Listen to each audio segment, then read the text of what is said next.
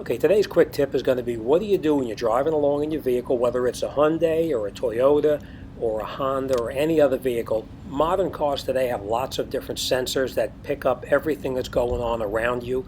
In this particular case, it was a snowy day, so we had a lot of ice and slush buildup on the road, which then gets onto the cameras facing towards the front of the vehicle and also to the rear of the vehicle. As you know, they're mounted in your bumpers, all of these cameras. And when that gets on there, it causes the computerized system not to be able to know what's going on around it, and therefore that triangular light lights up.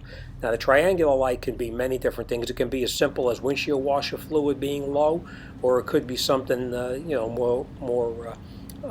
more serious, such as the lenses being covered with ice, snow, or mud, or any kind of road debris that gets on there. You can get out of the vehicle and you can clean them off, and usually it'll just reset by itself.